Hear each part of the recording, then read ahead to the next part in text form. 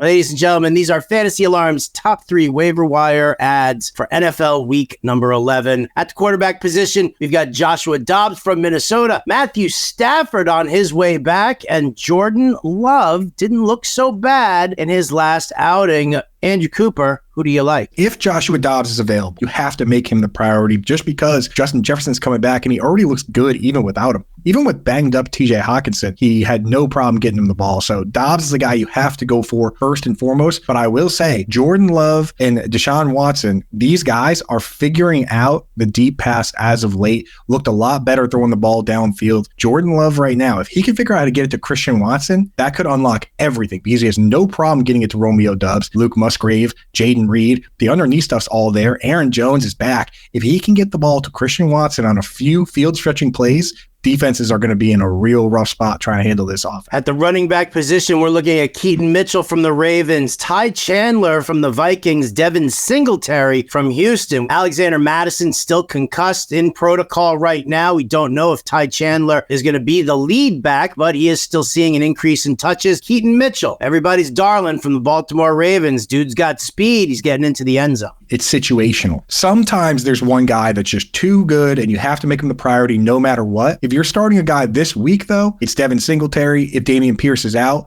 But Devin Singletary is not a good long-term stash. One, because Dameon Pierce is coming back. Two, the playoff schedule for this team. Titans, Browns, Titans again. That is gross. That is disgusting. That's brutal for the tight ends, brutal for the running backs. Keaton Mitchell is the one that's exciting to me. When you watch the game, they were using him the way you would use J.K. Dobbins, not just getting him in space, but also throwing him deep passes. He had a 32-yard reception. He had another end zone target that was over 20 yards that he ran a nice route and honestly was this close to catching it, in which case Keaton Mitchell would be added in every single league. So down the stretch, Keaton Mitchell, I think, is the one that has the best league-winning upside. Your top 3 wide receiver waiver wire options, according to FantasyAlarm.com. Noah Brown from Houston, Jaden Reed from Green Bay, Brandon Cooks from Dallas. Jaden Reed starting to step up with a little bit of extra work. And whoa, Noah Brown. That's it. Who do you like here, Coop? And Noah Brown, in deeper leagues, he probably should be rostered, but I wouldn't pay like crazy to get him. Jaden Reed's another one where he's not a full-time player. So if you're in a league with a bunch of flexes, the family member leagues like ours, where Jaden Reed, you're going to start him every week, go out and add that guy. Brandon Cooks is the one I want. I look for guys whose usage is trending in the right direction, especially if their teammates are trending in the wrong direction. Michael Gallup, as of late, has been splitting with Jalen Tolbert. And it wasn't even just this week, it was the week before. And Jalen Tolbert also started the game over Michael Gallup this week. So that little split there lets me know it's CeeDee Lamb and Brandon Cooks at the top of the totem pole. I'm going there. And I'll also throw a little bonus ones in there quick. I like the usage lately for Rashad Bateman. Not a lot of targets, but he's trending in the right direction, playing in more 11 personnel, playing over Odell, playing over Nelson Aguilar. Again, another deep league play, Rashad Bateman. And then finally here at the tight end position, top 3 that we've got. Oh, somebody snuck in a 4th on me here.